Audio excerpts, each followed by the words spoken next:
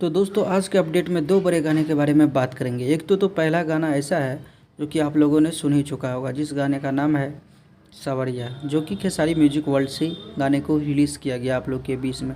दोस्तों सुनने में आ रहा है कि ये गाना बहुत लोगों बता रहे हैं कि खेसारी लाल यादव जी का ये गाना चोरी का है। तो फाइनली बता दूं, जो राइटर उसको दिए थे वही गाना खेसारी लाल यादव जी को भी दिए।